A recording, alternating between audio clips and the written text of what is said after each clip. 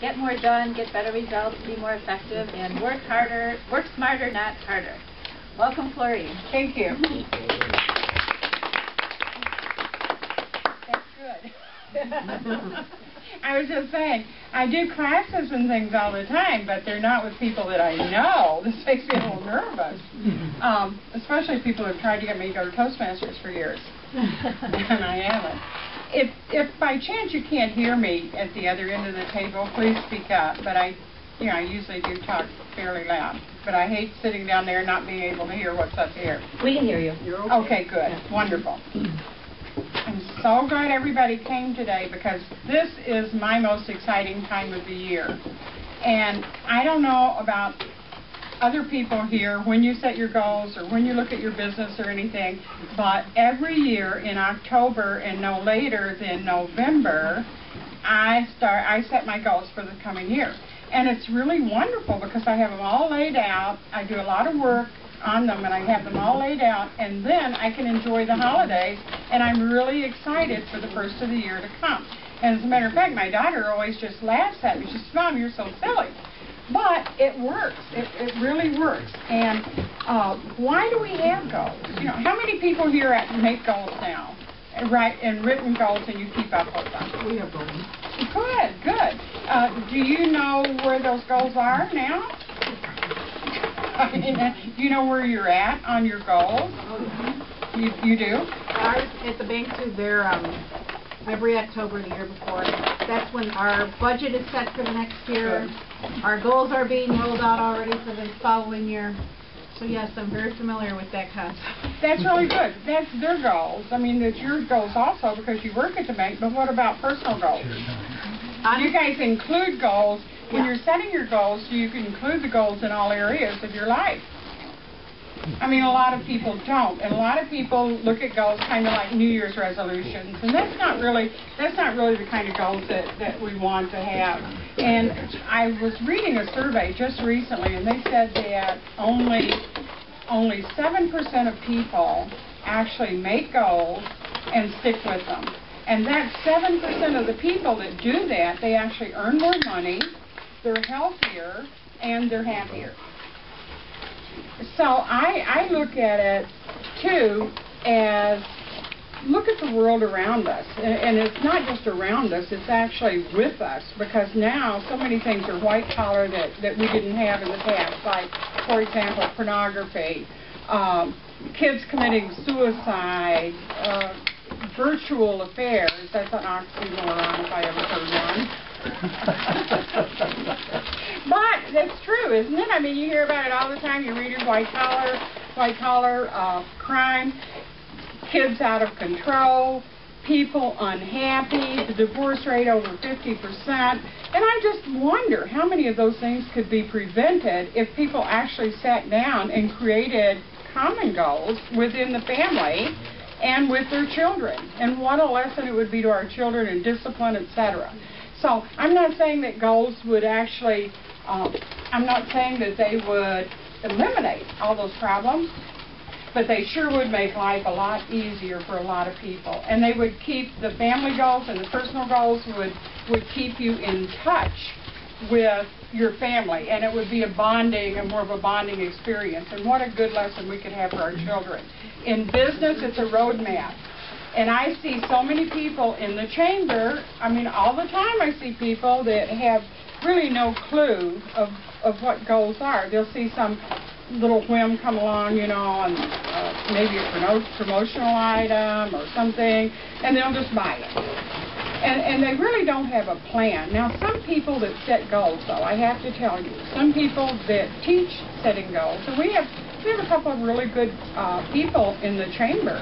And Dave Ferguson, for example, is a growth coach, and I've had him speak at a network meeting before about goals.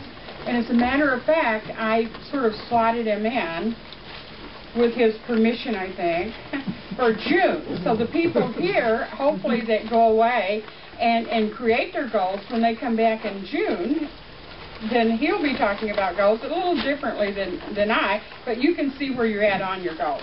But some people would say that there's a difference between setting a goal and marketing and strategy, strategic planning, how to do the goal.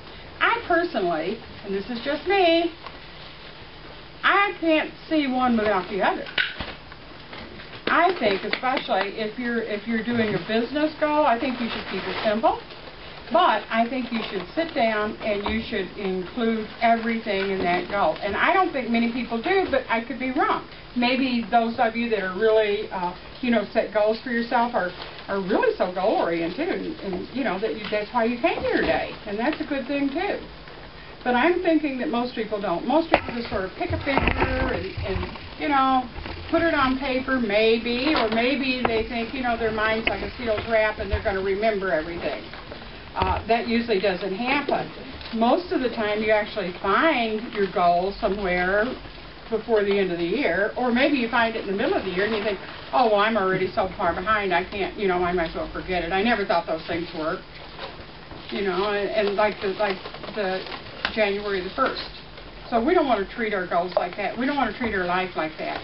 We really all need to think about our life, think about our career, think about every segment of our life, and think about what we can give back. And giving back, that's why I'm doing this little seminar today. I do presentations at Mundelein Libertyville High School, continuing education, and I will be doing this in January there, but it'll be 2 hours, so we have more time to interact with the different businesses. But if you know anybody that would like to come, they can look it up online. I'm a realtor, and I've been a realtor since approximately 30 years. 1982, I got my license. But just because I'm a realtor doesn't mean that I don't know about goals and marketing and time management and that, because I have had training classes with national trainers, seminars, books, and best of all, personal experience. And I'll tell you, when I started, I never heard of setting goals other than New Year's resolutions until I started in real estate, and my broker told me to set goals for the next year. I'm like, what do you mean set goals? So, well, tell me what you're going to do. How would I know what I'm going to do? Just, well, just think about it. So I looked at her, and I'm like, you're crazy.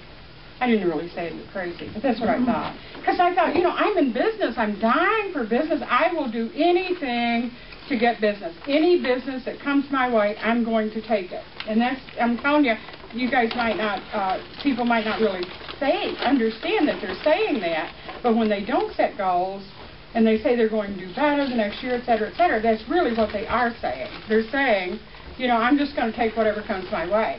Well, here's what happens with that. That's where the problem is. That's where we get so many of those other problems that I was talking about. Because then the people feel out of control.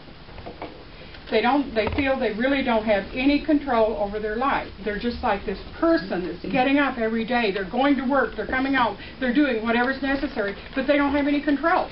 It's like they're on a treadmill. They can't stop. They don't know what their dream was, a long time ago. They don't know how they can change anything. They think the world, sometimes is giving them a bad deal. All kinds of things because they don't have control. So if they don't have control, that brings their self-confidence down. So now they don't have self-confidence either. And that's when, they start blaming other people and relationships start crumbling and they try to satisfy themselves with perhaps addictions. I mean, we have so many addictions now. Even women, not even women, but women used to not be so much into the addiction field. But now we have a lot of women that are addicted to gambling and alcoholism and all kinds of things. And those are like silent things. We have a lot of closet things now. The people we never suspect. They might be lawyers, doctors, whomever, and they have all these things, and it's because they're really desperate inside. They're hurting inside. They feel like they don't have any control over over their environment, and they don't have self-confidence. So goals, again, they're not going to cure all of these things, but they certainly will help, because what you get when you set a goal and you achieve it, you're going to get self-confidence. You're going to feel like you're in control. And just like I said, at this time of year, and like Ruth would say with the bank, at this time of year, You set your goals for the coming year. Sure, you're going to have to tweak them. Maybe things are going to change. If I had set my real estate goals a month ago, they would be different than what they are now. Because yesterday I heard on the news that in the Chicagoland area, prices of homes are down 22% from last year, when last year they were already down, you know, way low. And so then, you know, the first thought would be, if I were looking at my goal, I'd say, well, that means I'm going to have to sell more. You know, I'm going to have to bring the numbers up so I'll have the income that I projected I would want. But then in the next sentence, it was like, the prices have dropped 12%. Oh. Then we have the foreclosure market is frozen. You know, they've frozen the foreclosures. So that, now the goal has to look totally different. So sometimes things out of our control does happen, and we have to make little adjustments to our goals all the way. But, you know, who cares? That's like when we sent the missile to the moon. I mean, the missile didn't just go straight to the moon. No, they had to adjust it along the way and tweak it a little bit. And we can do that too. So what we need to do, I would like to talk a little bit first about business goals. And what you need to do is have time. Really take the time. Grab some Oreos, some milk, go in a room, lock yourself in, plan to be there for a few hours. Take your calculator, and I personally think it's good to have, you know, just a legal pad and a pen. I mean, the computer's great and, you know, all those things, but there's something about actually writing something, I think sort of wired into us, that there's something about actually writing something that makes it more real to us. And we can sort of think while we write. You know, if we do it on the computer, sometimes it just goes, it's just not the same. You don't get that feeling. And not only that, but you want it on something that you're going to be able to maybe duplicate and put in different places. Because one thing about a goal is that you do want to be able to see it during the year. You don't want to just find it in June and find out you failed and you didn't even know it. So you want to do that. You want to sit down and write. And if you're looking at the business goal, you need to, in your mind, take all of your life into consideration. Now, what a lot of people do, and this really surprises me, people actually go out and get seek professional help, so to speak, in business and in goals, and they don't get all of the basics. Just amazes me. I was talking to a lady a few months ago, and she had a business, and it was in trouble. And so she was just telling me, you know. So she had mortgaged her house to, you know, pay rent on the building that she had, and so she was in so deep. And I said, I was trying to think of things that she could do, you know, to help, maybe give some classes or whatever. And she said, oh yeah. She said, I said, well, how much do you need to sell? How many items do you need to sell in order to make, you know, your monthly outlay? She said, I don't know. She said, I know I need $3,500 a month. I said, but what do you have to sell in order to get the $3,500 a month? She didn't know. She said, I have no idea.